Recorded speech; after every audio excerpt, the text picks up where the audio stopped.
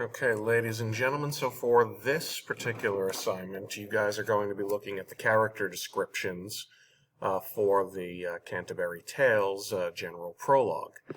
Okay, as you can see, there are a number of different characters in here. Okay, quite a few.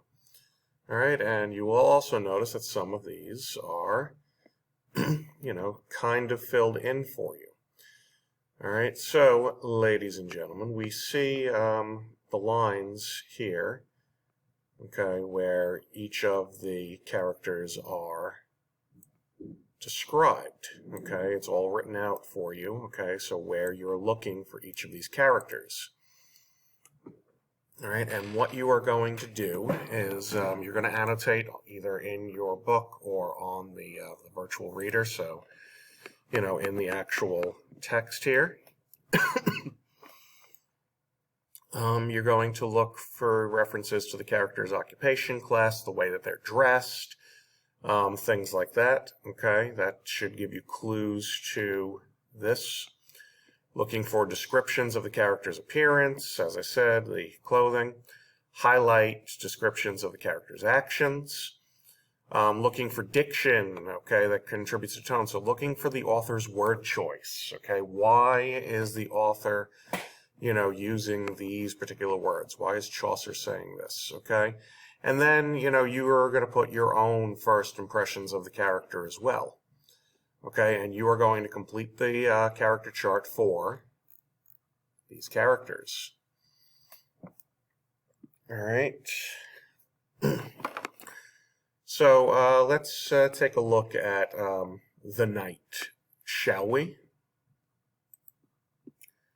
Okay, so I'm going to read this out to you.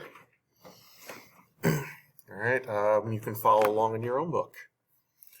There was a knight, a most distinguished man, who, from the day on which he first began to ride abroad, he followed chivalry, truth, honor, generousness, and courtesy. He had done nobly in the sovereign's war and ridden into battle, no man more as well as in Christian as heathen places, and ever honored for his noble graces. When we took Alexandria, he was there. He often sat at table in a chair of honor. Above all nations, when in Prussia, in Lithuania he had ridden, and Russia. No Christian man so often of his rank. When in Granada, Algerius sank. Under assault he had been there, and in North Africa riding Benamarain. In Anatolia he had been as well, and fought when Aeos and Attilia fell. For all along the Mediterranean coast he had embarked with many a noble host. In 15 mortal battles he had been, and jousted for our faith in Tramacene. Thrice in the lists, and always killed his man. The same distinguished knight had led the van once with the Bay of Balat, doing work for him against the heathen Turk. He was of a sovereign value in all eyes, and though so much distinguished he was wise, and in his bearing modest as a maid, he never yet a boorish thing had said. In all his life to any, come what might, he was true, a perfect gentle knight. Speaking of his equipment, he possessed fine horses, but he was not gaily dressed. He wore a fustian tunic, stained and dark with smudges where his armor had left mark. Just home from service he had joined our ranks to do his pilgrimage and render thanks. All right, now just going back to a couple of the words, okay, if you scroll over the numbers next to the words, it will tell you what each of them is. So the van here, he led the van. Okay, part of the army that goes before the rest, okay, short for vanguard, okay, so he's like in the front lines. Okay, with the Bay of Belet, okay, the Bay of Belet was a pagan leader, apparently. Alright, and a fustian, or a fustian, sorry, coarse cloth of cotton and linen. Okay? So, if we go back to our thing here, okay, his occupation and his status, okay? So, he is what? All right, well, this one is pretty straightforward. Okay, so we know that he is a knight. Okay, now, the reason why this one's straightforward is because, I mean, you know, if he's a knight, then, you know, he's obviously some kind of a warrior or whatever. That's not going to necessarily be the same thing for all of the other occupations. Okay, so he is, you know, what is his status? Okay, the knights were usually part of the upper class. Okay, so, and he serves his lord by protecting the kingdom.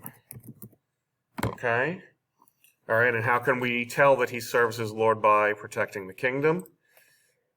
All right, they talk about all of the different battles that he has fought in, you know, all throughout here. Okay, all the different battles that he has fought in. All right, so his ideal role.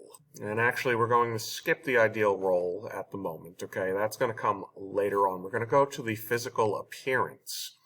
Okay, and the physical appearance is, you know, how he's dressed and how he looks, and that is towards the end of his description. So, you know, we look at this speaking of his equipment thing, all right, and these 4 lines are, you know, his description. So, if you remember, we want to underline, you know, that sort of thing. So you underline the descriptions of the character's appearance and clothing. That's part B here.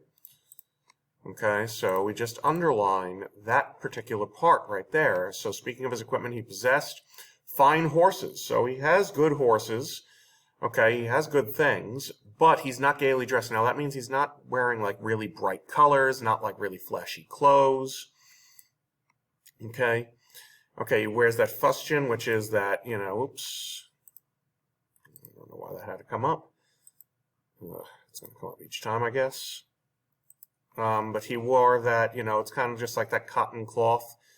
Okay, tunic stained with dark with smudges left from his armor. Okay, so we can go back here and we can say, you know, I mean, we can either just, you know, copy, you know, what it says right here and paste it in here, but I'm going to put it in my own words, okay? He's not, you know, flashy with his clothing, though he has nice things, okay? His, okay, and we'll put his fustian tunic is stained from his armor.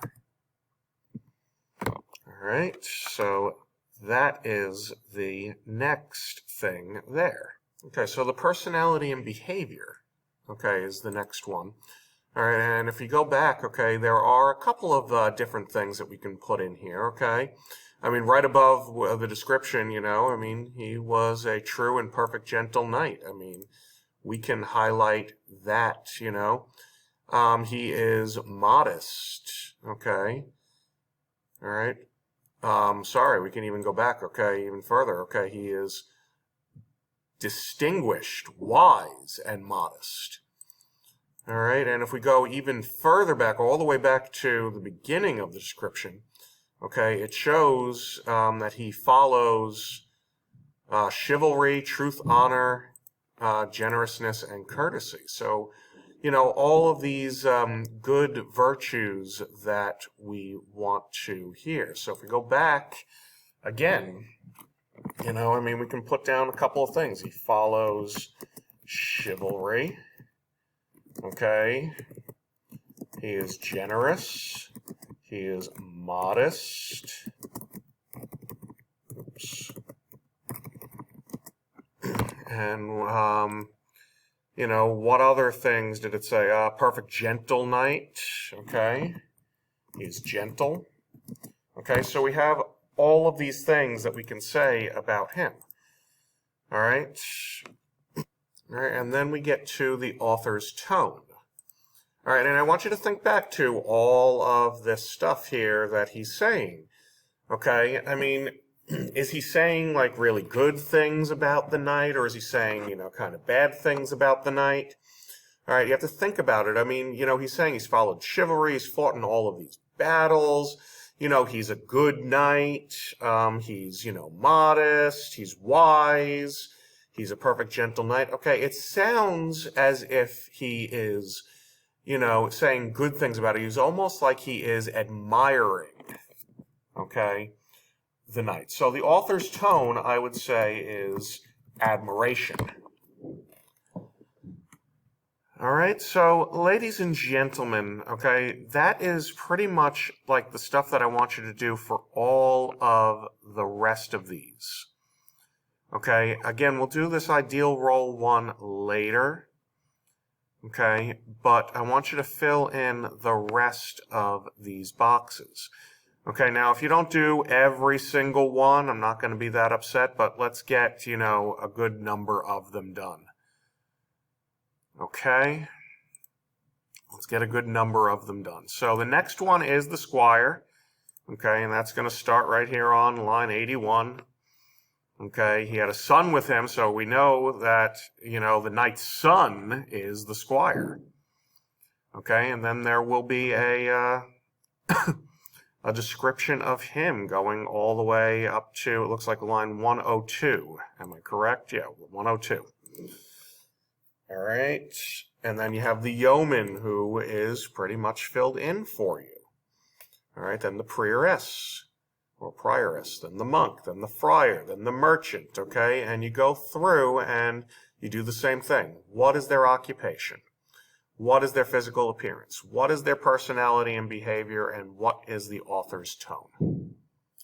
Okay, ladies and gentlemen, that will be it. Good luck, and enjoy reading the prologue.